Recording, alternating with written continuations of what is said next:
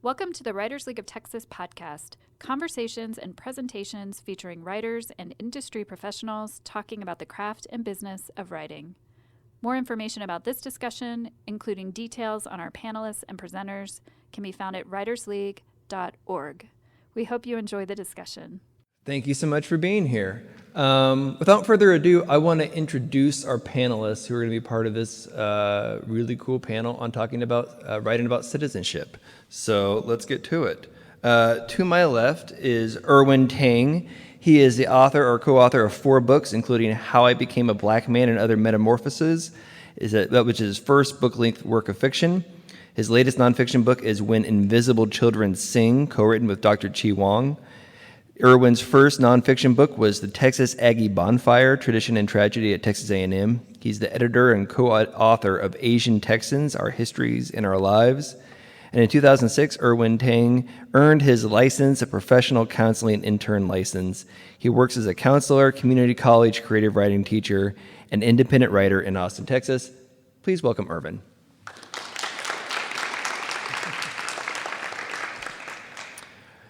Dr. Kristen Smith is Associate Professor of African and African Diaspora Studies and Anthropology at the University of Texas. She researches engendered anti-Black state violence and Black community responses to it in Brazil and the Americas. Her work primarily focuses on transnational anti-Black police violence, Black liberation struggles, and the paradox of Black citizenship in the Americas, and the dialectic between the enjoyment of Black culture and the killing of Black people. Her book, Afro Paradise, Blackness, Violence, and Performance in Brazil, uses the lens of performance to examine the immediate and long-term impact of police violence on the Black population of Salvador, Bahia, Brazil, and the grassroots movement to denounce and end this violence. Her more recent comparative work examines the lingering, deadly impact of police violence on Black women in Brazil and the United States. Please welcome Kristen.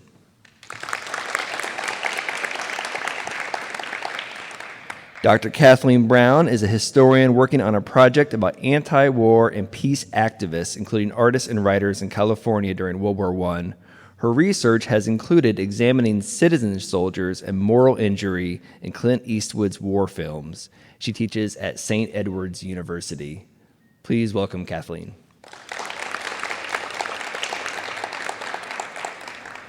And Liliana Valenzuela is the acclaimed Spanish-language translator of works by Sandra Cisneros, Julia Alvarez, Denise Chavez, Nina Marie Martinez, Ana Castillo, Dagoberto Gil, Richard Rodriguez, Rudolfo Anaya, everybody. Cristina Garcia, Gloria Anzalda. Her translation of Sandra Cisneros' book, Has Visto a Maria, was published by Knopf in fall 2012. She was the recipient of the Alicia Gordon Award for Word Artistry and Translation, and a past director of the American Translators Association, and an award-winning poet and essayist. She is the author of the poetry chapbook, Codex of Journeys, Bendito Camino. She's also provided the voice for the audiobook edition of La Casa on Mango Street by Sandra Cisneros. She was born and raised in Mexico City and adopted Tejana. She received a bachelor's and master's degree in cultural anthropology and folklore from the University of Texas at Austin, where she lives and she works as a reporter for Aurora C. Please welcome Liliana.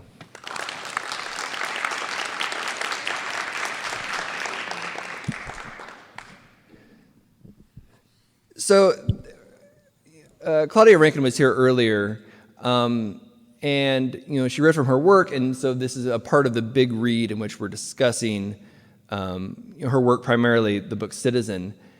And one of the things that happens when you read a book like that is you start having conversations with people, and you sort of move quickly from the exact text of the book to like the larger ideas that it encompasses and tackles. And so I thought we would do that tonight in this panel. And so to begin, I want to read just a very short passage from the book because I think it provides context for where this conversation can go tonight. So a very short passage from Citizen by Claudia Rankin. A friend argues that Americans battle between the historical self and the self-self. By this, she means you mostly interact as friends with mutual interest and, for the most part, compatible personalities. However, sometimes your historical selves, her white self and your black self, or your white self and her black self, arrive with the full force of your American positioning. Then you are standing face to face in seconds that wipe the affable smiles right from your mouths. What did you say? Instantaneously, your attachment seems fragile, tenuous, subject to any transgression of your historical self. And though your joined personal histories are supposed to save you from misunderstandings, they usually cause you to understand all too well what is meant. And so to begin, she is not the first person to write about the idea that we have multiple selves, that we're viewed through multiple prisms, and the ways that we sort of internalize those as well.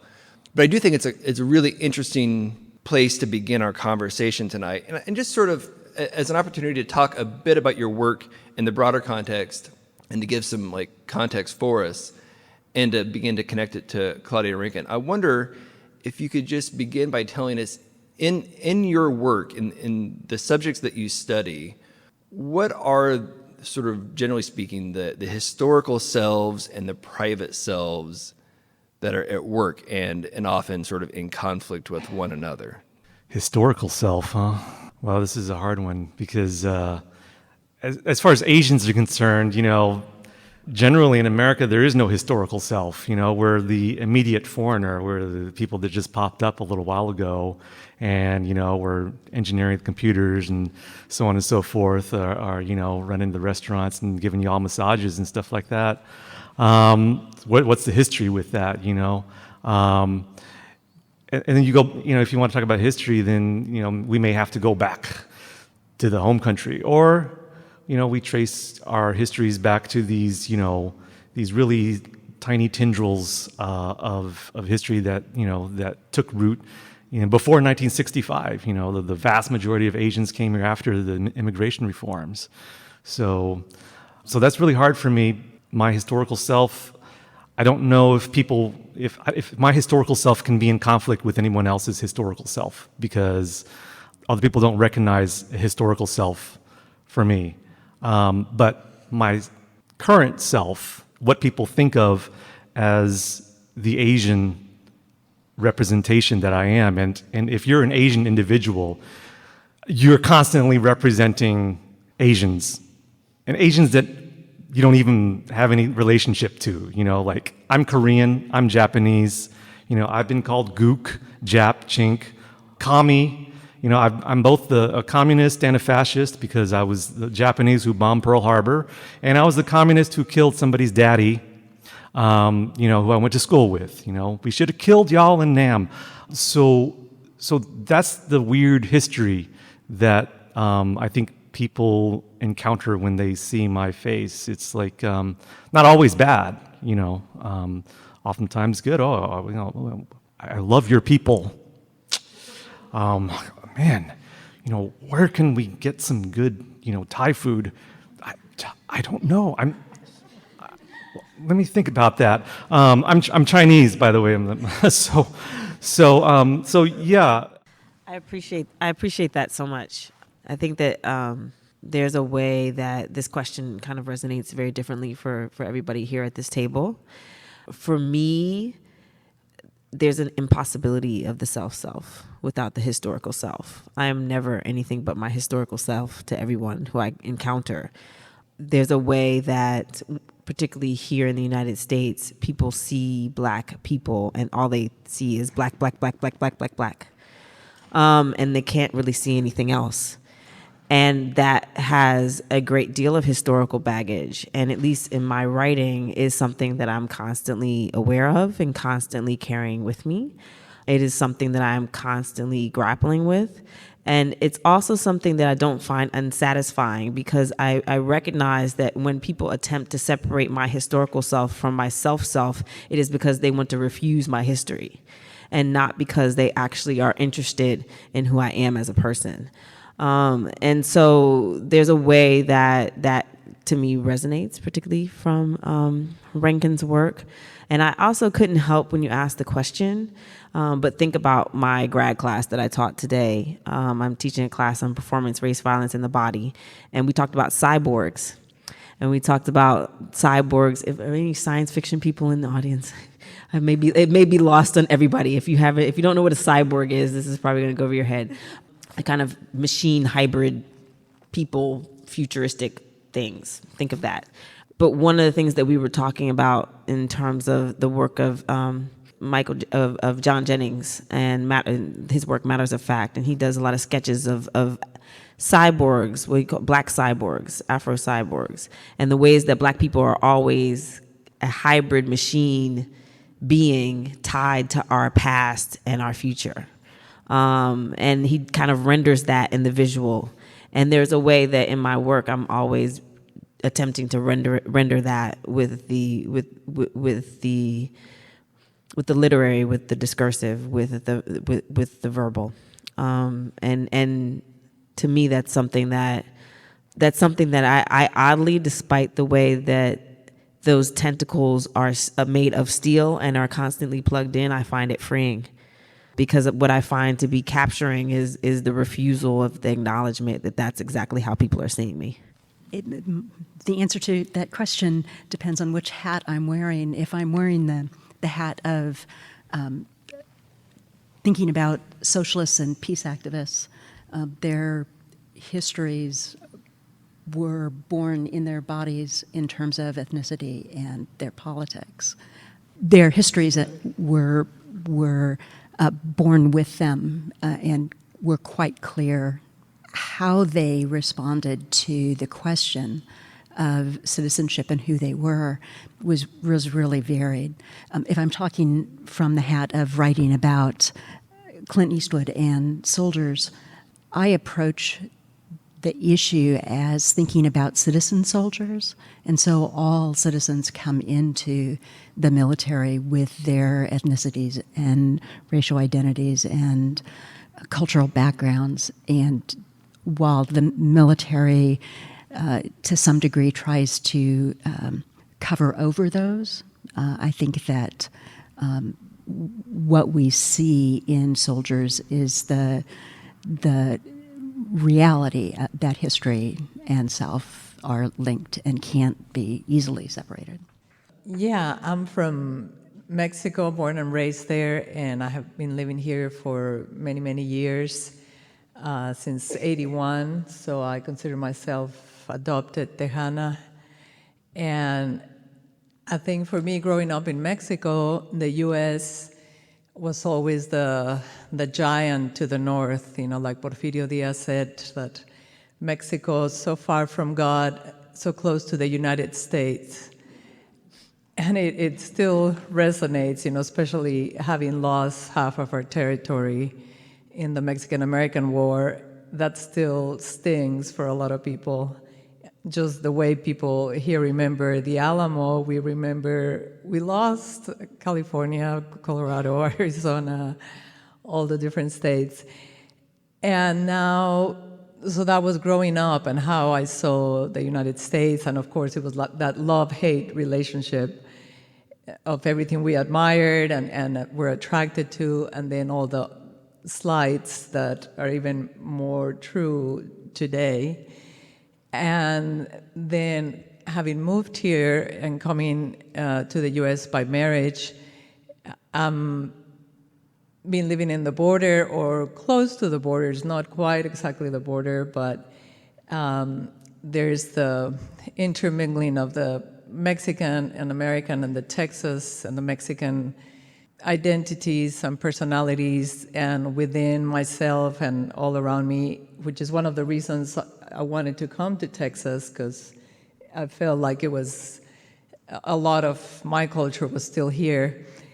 And paradoxically, I think having been, having light hair and light eyes growing up in Mexico, sometimes I felt more of a foreigner there, and coming here, I felt like I blended in more. So in a way, for me, coming here was a way to be more anonymous, and before the Me Too things, just the catcalls and people harassing you on the street in Mexico. And here, I just kind of blended in, except when I opened my mouth and people heard my accent, they would always go like, "Where are you from?" So I never quite escape it because, you can tell I'm not really from here. So it's something that, I deal with all the time and every day, but I think I I've come to the point of embracing both identities and both languages and cultures and just being both. So as you can tell, we're going to cover a lot of ground tonight because there's a lot of different perspectives and coming at this idea of citizenship from a lot of different angles. And so I want to dig into what each of you are talking about. And Erwin, I thought I would start with you. A lot of your writing, and you mentioned this in your comments already, it deals with like invisibility. So you were talking about like your historical self is not seen, it's not thought about. But also, in another way, you write about invisibility quite a bit in your book, How I Became a Black Man and Other Metamorphoses. The sort of the first story in the book is about this young boy who is Asian, and he's at school and he's being bullied by some black kids, and then some white kids step in and sort of like save him from that moment. No, it's the reverse. Oh, it's the reverse. Yeah. Oh, that's right. Kids. The white kids are bullying him, and the black kids come in and save him. Right. And in that moment, the two groups begin to say like, well, what are you? And the white kids are like, you're white, and the black kids are you're black. And like there's no room for like anything outside of like those two. And it's well, it's a serious scene. It's also like I would have called it absurdist, except just the other day, I read an essay by Matthew Salesses, who was born in Korea but adopted by white American parents. And then he says he talks about moving to North Carolina, and he says I had moved there with the idea that maybe I belonged with black people since I had not belonged with whites. And so it's the same sort of idea that you're talking about. And I guess I wonder when we talk about citizenship. We, of course, can mean like political boundaries and definitions, but we also mean like sort of like cultural and group identity. And very often, whether we're talking about the census and the ways that we sort of like the broad terms of the census, or whether it's like, you know, in schoolyards and which group you sort of fit in with, the group isn't necessarily like created and waiting for you. And so how do you write about this idea of like belonging to a group or having a kind of identity when there is no identity like recognized for you? Yeah, what does a kid do if the Asian category that you're presumed to sort of step into really sucks, it's basically instantaneously created by other people, whenever and however they need you to be. When I was born, they didn't even have a word at St. Joseph's Hospital in Bryan, Texas, for my type. So they just called me white. They said race white, which I thought was interesting because I was born with this enormous afro. My mother's side of the family has curly hair, and I was born with full head of hair, afro, and. So yeah, it's a surreal sort of world a lot of times to be Asian. We are what other people need us to be. When I wrote about the history of Asian Americans in Texas, we were first brought here to subdue the newly freed blacks. To say, hey, look at these people. They're willing to work for this amount of money, and they're not going to complain about it or whatever, and we were supposed to be the replacement blacks, and black people they understood this. There were protests along the way, where the Chinese men were brought up to the head of the railroad to build that railroad, and then eventually the white people were like, this is not working for us. These Chinese people are taking our jobs, for God's sakes. A white man could be doing this work for, $1 a day and a bottle of soy sauce. The soy sauce was actually written into the contract. So it's like, and it's like, these Mongols, these Mongols are taking the white man's job. Mongols was a term for us in those days. So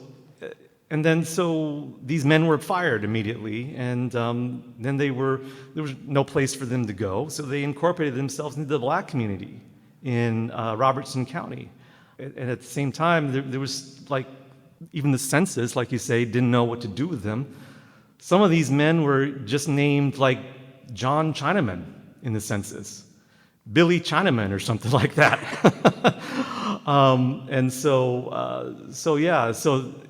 Being born about 10 miles south of that community, that's where what I was born into, and I really couldn't find a category to fit in that I enjoyed or wanted to be in, and I really hated myself. And it took many years of therapy to talk myself out of the experience of being in whatever category people needed to be in at the moment. You give the example from the 1800s of like the construction of the railroads, but like these sort of policies and the ways that Asians are sort of officially treated by the government resonate today. And in your book, Asian Texans, Our Histories and Our Lives, you explain how the Texas Higher Education Plan from the year 2000 made it a priority to increase the college participation rates of Hispanics by 54%, of blacks by 24%, and of whites by 12%. And of course,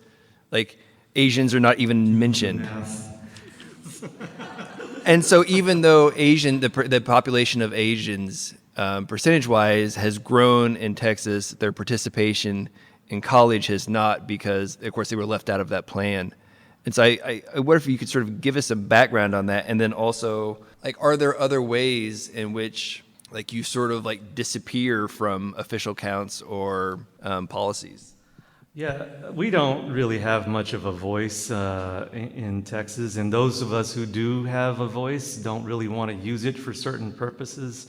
So that's how these things happen, where they put out a plan where it's obvious that if you're going to increase the white college participation by 12%, you're basically, unless the pie grows a lot bigger, no Asians are going to be allowed to go to college unless they really outperform white people. And of course, that's what we have to do, right? That's what we have to study much, much harder than other people to get into a place like UT Austin. So why didn't anyone say anything about that? Like, the math is simple, right? You can, all you have to do is look at the numbers. And, because when you talk about conversations, we're not part of any conversation. How often do you like turn on MSNBC or Fox News channel and you see an Asian person talking about, well, this is how this policy is going to affect Asian people, and we got to think about this? No, you don't got to think about it. It's Asians. You just do what you do, and Asians, they'll be all right. They'll be okay. Look, they save their money. They don't waste food. They don't use drugs that much. Whatever. There's this silent rationalization, or actually, there's usually no rationalization that says basically we don't need the Asian voice, and I've experienced that personally as a writer. Being interviewed by the New York Times about affirmative action in higher education in Texas. I give the reporter all these statistics, like, look at this. Our population is going up like this. Our proportion of, freshmen at UT is like this. It's flat. Our population is exploding, but they're holding us, at a 0% growth rate at UT Austin. And of course, they didn't use anything that I gave them. I wanted to publish the second edition of the Asian Texans book, and I wanted to talk about affirmative action, racial preferences, I don't know, whatever term anyone wants to use. And the publisher was like, let me see what you have to say about this. This is an issue. We may not want you to publish. And we want you to be careful about what you say. And eventually I was just like, forget it, forget all this. I'm going to publish this book myself. So the second edition, like the first edition, is published by Irwin Tang, because because the university publishers were not interested in it, and the other publisher that I was just talking about was putting a little bit of political pressure on me, so I just forget it. We got to do it ourselves. If there's going to be an Asian voice, it's going to be a rogue voice. Kristen, you study anti-black state violence, and that's a phrase that probably leads some people to think of not in this country, and so like in other places and other times. But like anti-state or state-sponsored violence can mean a lot of things, and not necessarily actual visible violence. And so, you had a recent article that you co-authored in the Huffington Post. It was called "The Package Bombings Reveal the Racist Underbelly of Austin," and in it you explain the history of segregation in this city, sort of both officially through a development of a black district and unofficially through contemporary gentrification. And so I wonder if you could, for those of us who didn't read the article, give us some background on that history and the way that it ties into sort of like state-sponsored anti-blackness. So I don't know how many people know, but this year is the 70th anniversary of Austin's master plan. And the master plan was a city plan that was developed in order to create a Negro district, what was called a Negro district, where they relocated all of the black towns, black communities that were located on the west side of Austin and put them over east of 35, which 35 wasn't there at the time, but then they built 35 to kind of reinforce the divide. And so a lot of people, I'm not from Austin, I'm not from Texas. And but yet one of the first things I learned when I came here was the racial divide in the city, that the east side is for people of color, the northeast side is for black folk, the southeast is for Latinos, and the west side is for white folk. And that was very clear to me when I moved here in 2006, not 1956, 2006. And I still remember when I first moved here, driving down Red River and seeing people hanging Confederate flags on their front lawns. So there's a way, and me and my co-author, who's one of my colleagues at UT, Dinah Berry, he's a historian, when we both live on the east side, and when the package bombings happened, not only were we were terrified like everyone else, but we were doubly terrified because in a city that's 6% black, the people who were getting killed were black. And that couldn't possibly be a coincidence. We obviously know the outcome of that story at this point, and there's been a lot of controversy around it. But in essence, part of what facilitated that moment of terror for Austin is the deep-seated racial segregation in this city. If we did not have the deep-seated racial segregation in this city, when the first person was killed, that killing would have been investigated more fully. And I'm not saying anything that our interim police chief has not said himself. When we had the town hall right in the middle of that tragedy, that was one of the first things he apologized for, was for making the assumption that the first bombing victim was the target of a drug-related crime, which is an extremely racialized and racially charged assumption to make. There's a reason why one can target East Austin and not get caught as quickly as one might have gotten caught in West Austin. And that was the point of that article. It was controversial. It was upsetting to some people, but it was also not something that is unknown to Austin. Speaking of our historical selves and our self-selves, when we grapple with our historical selves as Austinites, we have to grapple with that history. We have to grapple with the fact that, and what's interesting, and I want to acknowledge the work of my colleagues here, especially since the Warfield Center has contributed to producing this particular moment. So my colleague Eric Tang, who's in my department, has been absolutely essential in doing the historical work to look at the history of gentrification and racial segregation in Austin, as has the Institute for Urban Policy and Planning, IUPRA, as has my colleague Stephanie Lang, who is a third generation or fourth generation Austinite, whose family is from, who's black Austinite, whose family was from Wheatsville, her family was from Wheatsville, or at least part of her family was from Wheatsville, and then part of her family was from Clarksville. We think of Wheatsville, we think co-op. It actually was a black neighborhood. And so there's a way that this is a collective knowledge that we brought to that piece. It's not, and I don't want to emphasize that, because to me, politically, that's very important. That this is something that has been collectively produced by the community that I participate in here, in this city. And it's something that I'm always disturbed to see that we as Austinites don't pay attention to it.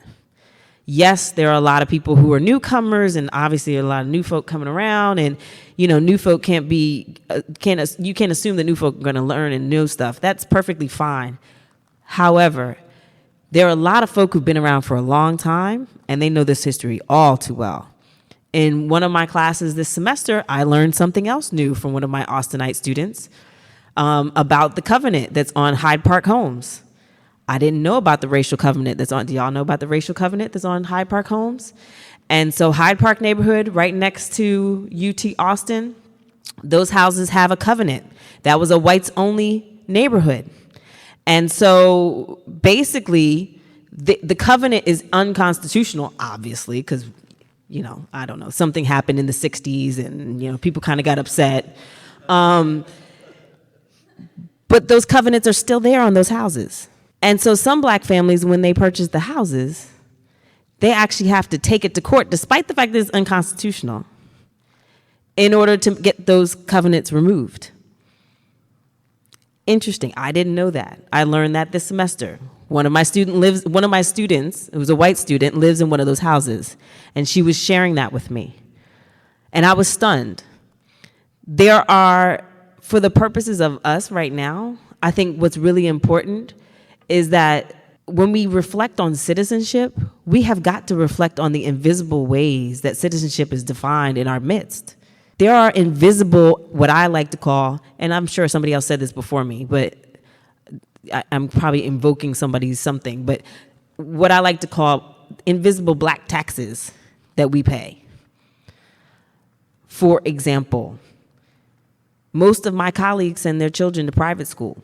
Not because we don't have good public schools here in Austin, but because our good public schools tend to be racially segregated and feel very alienating to black students in particular.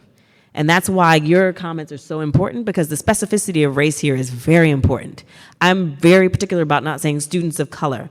There are a lot of people of color in Austin, but we all experience the city very differently. And to lump us all together is to do us a disservice. Black people in Austin experience this city very differently. We don't experience it like Latinos experience it. We don't experience it like Asian Americans experience it. We experience it very, very differently. And our burdens are very, very different because of it. And there's a way that gets constantly ignored and glossed over in our rhetoric around keeping Austin weird and Austin being the blue dot in a sea of red. There's a way that doesn't translate for some of us. And I think that that's something that when we are engaging with the concepts of citizenship, we have to keep in mind, and that's what we were doing in that piece. Again, you mentioned invisibility, but part of the way that segregation works is, of course, is like to make one part of the citizenship invisible and put them out of sight. And so in a way, it's not a surprise that people in Austin don't think about it or don't know about it because they don't see it. And I wonder what it's like to tell that story and to remind people of that history when you've done it before and they forget, and then it's not like you're the first person telling that story. And how do you approach writing about it and telling that history, knowing that there's sort of a giant eraser of a force that will come in after you to make people sort of forget it? I think that's a really important question. I know that and I definitely think I can speak for my co-author for that piece, although I write about these issues all the time. This is what I do as a writer. I'm constantly writing about these issues of blackness, of citizenship, invisibility, etc. I write to heal. I don't write to inform per se. And there's a reason for that.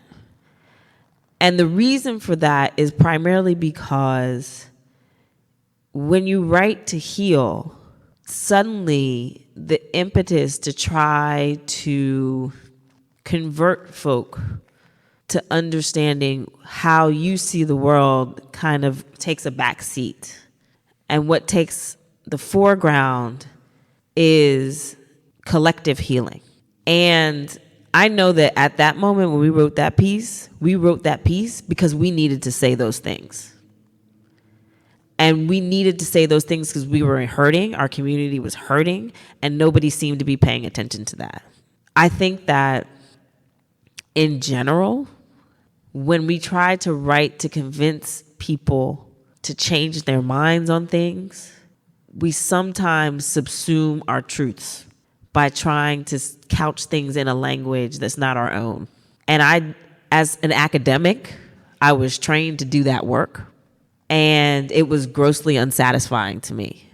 And it wasn't until I decided that I was not going to do that work anymore, that I was going to write my truth, and I was going to write to heal, not only myself, but whomever else needed to be healed by those words, that my writing became more legible to people. Because I think that when we write with a radical honesty, that everybody who's ready to receive that radical honesty can understand it and receive it. When we write to try to say something or be something who we are not, then that lie obscures our truths and obscures our writing. And so that's how I deal with that. I don't know if it's a good way to deal with it or a bad way to deal with it, but that's how I deal with it. And it's satisfying to me. And it's also helped me to heal, and it's helped many people in my community to heal. Kathy, in some ways we're talking about sort of state-sponsored violence, and you write about soldiers, and that's sort of flipping the dynamic a little bit because they're often the actors or the people carrying out that violence. But your recent work has focused on PTSD among soldiers, particularly in the ways that they're portrayed in films, particularly Clint Eastwood's films.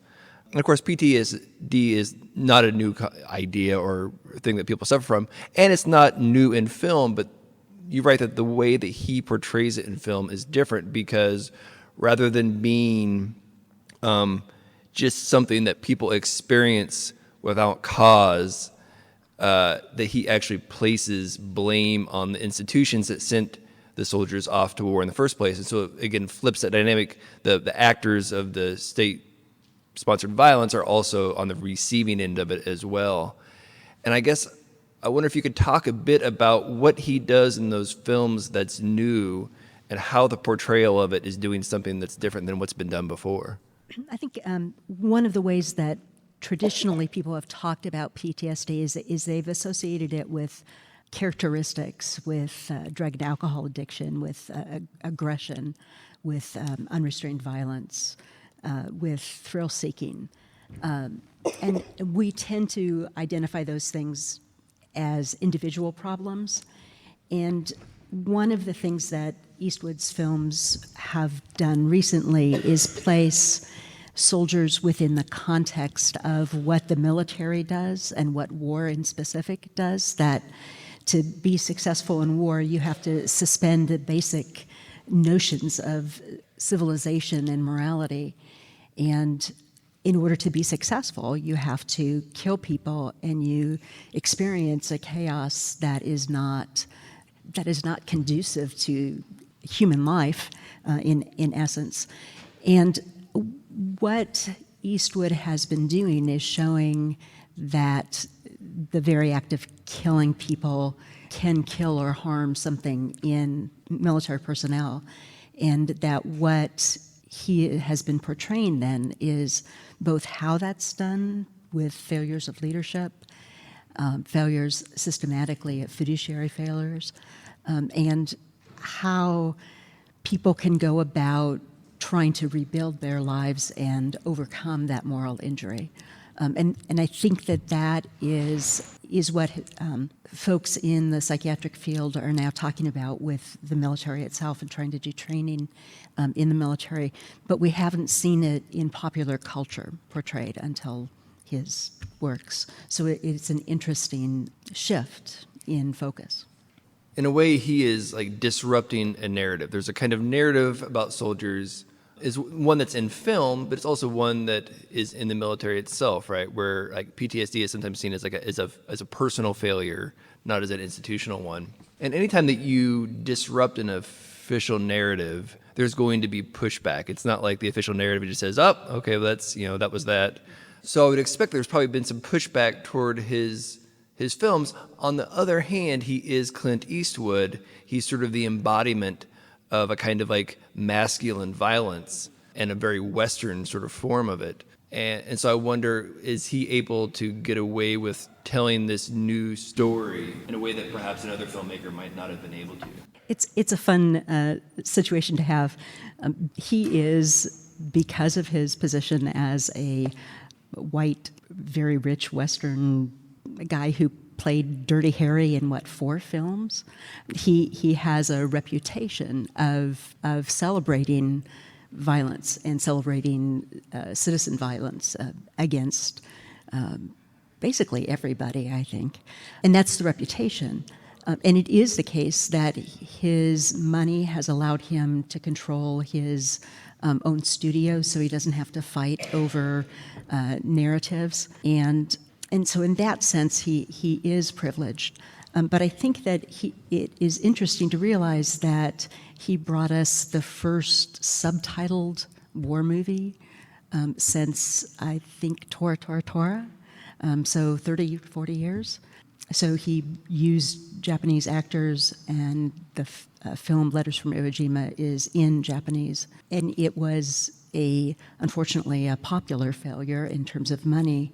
But one of the things it did is, when you think about that film in conjunction with Flags of Our Fathers, you see a very different and a very different presentation of World War II, not as heroic, but as really for all of the participants. And it was his stature that allowed him to do those films. But I think that some people haven't watched them because of his stature, or they miss messages because of his history as Dirty Harry. So even if people watch them, they're seeing it's a film by Clint Eastwood, the imagination of Clint Eastwood, as opposed to like the actual film itself. To switch gears yet again, Liliana, one of the things we have not yet talked about is the way that language itself and the ways that there are languages of citizenship come into play. And you've translated a number of books from English into Spanish by Mexican-American authors. And that might seem pretty straightforward, but a lot of those books use a combination of English and Spanish, or sort of combinations of the two. And sometimes in those books, the Spanish is italicized and sort of marked off, and sometimes it is not. And I wonder, what is your process for translating like multilingual books into Spanish? Is like, do you have equivalents where some things remain in English italicized or not? How do you, and the ways that like Spanish like sort of marks off certain territories in those books, do you try to like maintain like the difference of that language in the Spanish translation? Yeah, I think for me as a translator, my goal is for the reader to have the same experience as the reader of the original language had with that book.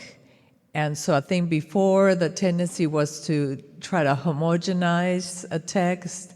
And if you had like different kinds of languages or registers of language, like refined or rough or words in French or words in Spanish, they would just translate everything into a very generic, homogeneous kind of Spanish, which in my case, it was the translations done into Spanish from Spain, were very homogeneous and in the style that they speak over there.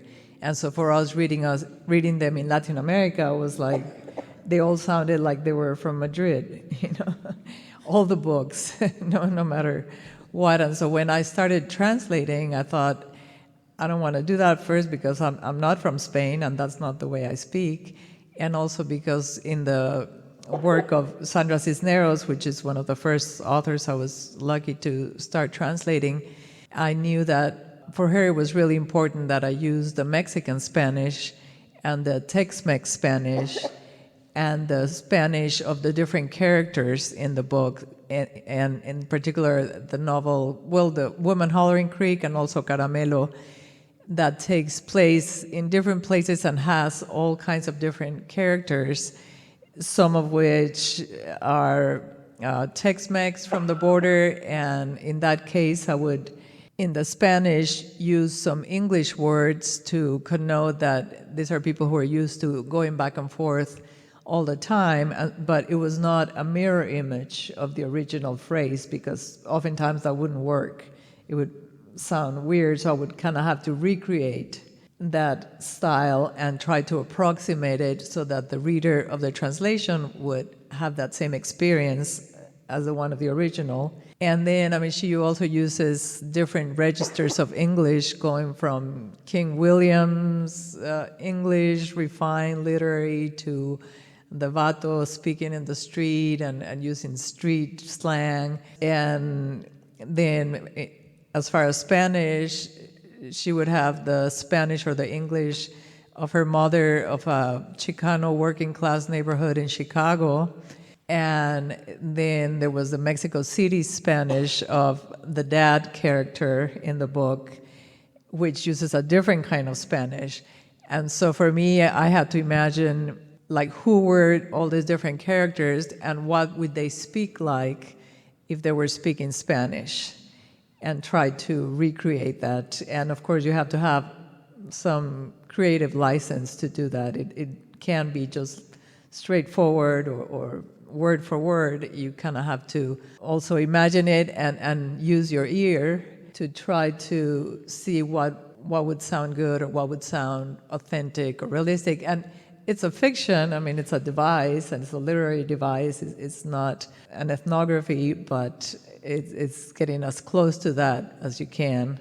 And then I've also translated other authors like Julia Alvarez, who's from the Dominican Republic. And so Spanish, there's a lot of nuances, not only what I mentioned, but then depending on what country you're from, it can be quite different and have like whole different vocabulary and slang and different words. So in her case, I've never been to the Dominican Republic. I'm not from there, but I wanted to, give it a try. So I ended up working with an informant from the Dominican Republic who was about the same age as she was. So he would have all the same historical references for different words. And so I would just have long lists of questions and go like, what do you say for this? What do you say for that? And we would have conversations and discussions. And then he would pick little things like, for what would you use for a backpack for the kids to take their books to school. And I think I had translated it as mochila, which is what we would use in Mexico when I was growing up. And he was like, no, that's not right, because at the time this took place, which was like in the 50s of Julia's generation, they would have used an atado, which was just like a belt, and they would tie the books with that, and so I wouldn't have known that without help. So sometimes you have to do research and ask for help or listen to radio or TV from that country and just try to immerse yourself in it. And I think in our different discussions, there is so much nuance. That's what I was thinking, that sometimes when we think of identity is such a broad category that doesn't do anyone any good, because there's so much more nuance to each of these different categories. And like Asian, there's so many different countries, so many different languages. The Sub-Indian continent, I mean, there's so many people, so many different people, and how can one person represent everyone? And the same for the African diaspora, and the same for Latin America, Spain. And I think the more we converse and the more we learn about each other and the different cultures, you can kind of dive into all these little differences and expressions. And to that end, one of the authors that you have translated is Gloria Anzalda, and in her work, so she grew up on the U.S.-Mexico border, and she writes about that, and sort of probably in part because of who she was and where she grew up, so much of her work is about breaking down or sort of like getting rid of borders, both in terms of nationality, ethnicity, but also sexuality and gender. And so and so there, like, she talks about like the new mestizo idea of like bringing together elements of different like groups to create a new thing. But also she has parts of her work that she like are almost untranslatable, like literally, because she will have Spanish that is not translated for the benefit of an English speaking reader. And though she's been passed away for a number of years now, I wonder, when you think about her work and the idea of like building new identities, but also preserving things that are not to be translated into the language of others, like, are there things that are relevant in this current day, even though she was writing those things, several decades ago? Are there moments from those books that stand out to you as particularly important now? Yeah, I think Gloria Anzalda was a total visionary, and she was clearly ahead of her time. And I think we're still catching up to her and to her ideas, and she continues to be a source of inspiration for many writers, artists, scholars, students, and her words ring true today as much as before. And I think it was her rebelliousness or her resistance to fit into this mold that she was being tried to fit into that is really inspiring. And she tried to get a job at UT, or I think she was studying at UT for a while, and they didn't want her to write about Chicano writers. It was before it was even recognized as a discipline. And she could never get a job here, and she just, was from Texas, but she never felt really welcome here up to the end, and she ended up working in California. So she struggled with it her whole life, and she didn't really get her due while she was living. But I especially love her concept of Nepantla, that is that land in between, and this is a concept that she takes from the Aztecs and from the Nahuatl language. And Nepantla is the land in between. You're neither this nor that, whether we're talking about gender or nationality, culture. And then the people who work in that in-between space, she called nepantleros. So you could be nepantlera or nepantlero. And she said that, especially artists and writers and scholars are very good at kind of hanging out in that space and kind of writing, because you're able to see both arguments, both sides, and that's a gift, but it's also a burden, and it's difficult, and it's uncomfortable, but it's work that needs to be done. And I have just a small quote about that, because I just love how she expresses it. She says, bridges span liminal threshold spaces between worlds, spaces I call Nepantla, a Nahuatl word meaning tierra entre medio. Transformations occur in this in-between space, an unstable, unpredictable, precarious, always in transition space, lacking clear boundaries. Nepantla es tierra desconocida, and living in this liminal zone means being in a constant state of displacement, an uncomfortable, even alarming feeling. Most of us dwell in Nepantla so much of the time it's become a sort of home, quote unquote. Though this state links us to other ideas, people, and worlds, we feel threatened by these new connections and the change they engender. And so she chose to live in that space, and she paid with her life, with her health. But I think it's also a lot to be said about that, because I think in this day and age, we want things, or some people want things to be straightforward, clear-cut, either you, us, or them. And the reality is that everything is much more mixed together and blended and fused, and yet there's all the nuances. I love that you brought that up, and it sort of ties into something that before the panel we were talking, and something you said about translation reminded me of something that the writer Yi-Yin Lee said a few years ago. She's a Chinese-American writer and grew up in China and moved to the United States for college, I believe. And she writes in English, and she says that she cannot write in her sort of the language of her like home and birth, in part because it was such a repressive place that she can't imagine, because when she grew up, certain kinds of imagining were not allowed.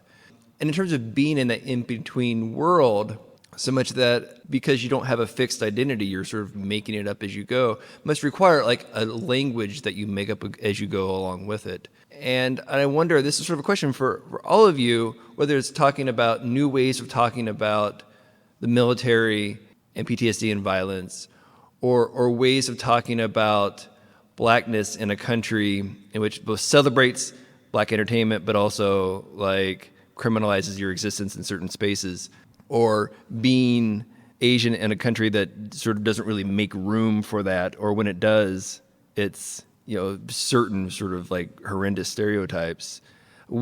How do you invent a language, or in what ways do you find ways to talk about things that have not previously been spoken of, or are only spoken of in terms of one dynamic or one sort of identity or the other? And I'll sort of toss it up to anybody who wants to answer. Yeah, well, I can relate to that experience of the writer that you mentioned, because I think for me, too, it was easier to start trying to write in English here, and I felt freed from a lot of the constraints that were associated with Spanish, having to do with religion, sexuality, gender, patriarchy, and then all of a sudden being in this new language and being far from home, I felt freer to experiment and create a new identity, while at the same time Spanish, you know, still such a musical language, and it's still my mother tongue, and so it's always the push and pull between the two, and so I ended up writing in both languages, and there's that tension in it that can be a place of creativity, but it can also, you know, you can be mute at one point, like if you don't know what to say or in what language to say it, or which language to write it. So it's an interesting push and pull. This invention of identity is so at the heart of being Asian American. You know, yeah, there was no such thing as Asian American. You were Chinese, you were Japanese, you were Filipino. You know, you feel American, and Asian American came into existence because two murderers killed a Chinese man because they thought he was Japanese. They wanted to go out and kill a Japanese man because the Japanese auto industry was stealing jobs from America and all this stuff. This was in Detroit. So they found they found Vincent Chin at a bar, chased him around the block, around the city, and beat him to death with baseball bats. And after that, the Asian leaders in Michigan and some of them around the country were like, "What? These people can't." I'm sorry, did I say these people? They were like, a lot of people can't tell the difference between us, any of us, you know, and we're all lumped in together. And if we're going to have a voice in this country, we're going to have to team up, you know, like Daredevil and Elektra, you know. And so that's how Asian American was born. Like, we're going to be Asian now. Let's call ourselves Asians, and let's get together and let's have a voice. And so the surreality of identity as an Asian is what is such a weird life to live, you know, in America, you know, because in a lot of ways, you know, I said, like, we are what the others need us to be.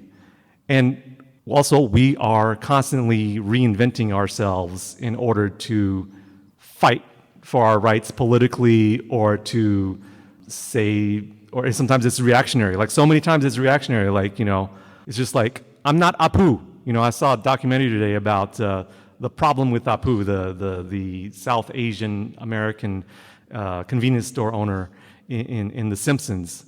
You know, so it's an entire documentary saying, I'm not Apu. And it's like, yeah, that's what I can get behind. Because when I was a kid, it was like, I'm not Long Duck Dong, you know?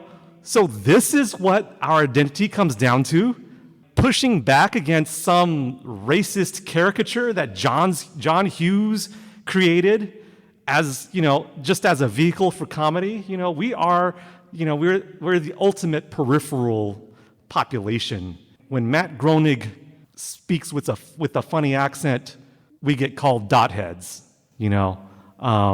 That's a racist epithet towards South Asians.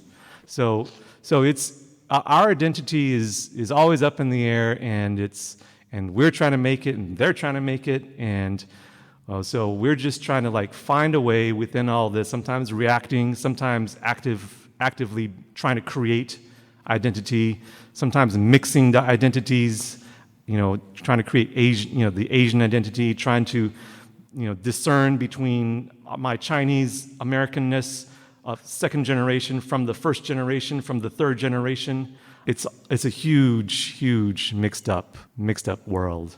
When you mentioned the fact about, I think you said something about being invisible in certain spaces, and I think the first thing that came to my mind, or you said something about not being able to go into certain spaces, right? And obviously the first thing that came to my mind was, oh, you mean like Starbucks? There's a way that because of the hyper visibility and hyper policing of blackness everywhere, that our task as Black people in creating language is trying to push through that paradoxical silence. That silence of literally being everywhere and being hyper visible and being what is the antithesis to everything in this nation, possibly in this hemisphere. And then at the same time, being completely and utterly silenced and invisibilized by that. And if you haven't seen the video, I'm struck by what happened to those two young Black men in the Starbucks who were sitting down quietly, not saying anything for 2 minutes before the manager of the Starbucks called the police on them and had them arrested. I'm struck by their silence in answer to your question, because it drives me, it brings me back to this thing about words. What are the words? What words do you have? And how do you make words in the middle of nothing? And I think that for me, the past is future. And I think in the diaspora, the past is future. I think in many ways, we always are searching for a way to articulate ourselves against the erasure of our past and our history. And that sometimes means looking back in order to look forward. There's an old, Akan saying about looking back in order to look forward. And that's what I'm struck by. And I think that that's the task of language for Black people in America. And I think in many ways that's what Claudia Rankin embodies in Citizen. I think for the issue of soldiers, one of the issues is the genre itself of war films. What can you do in a war film? What are the limits of that? And I think that to some degree, Clint Eastwood challenges limits in genre, whether it's the Western or war films.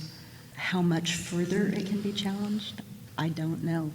I think that there are limits, and it will be interesting to see how that develops.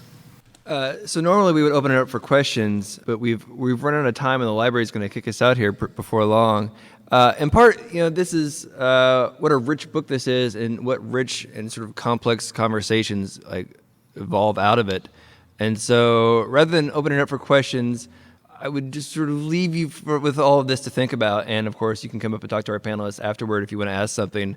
But so for now, I just want to leave it there. Please give our panelists a warm round of applause.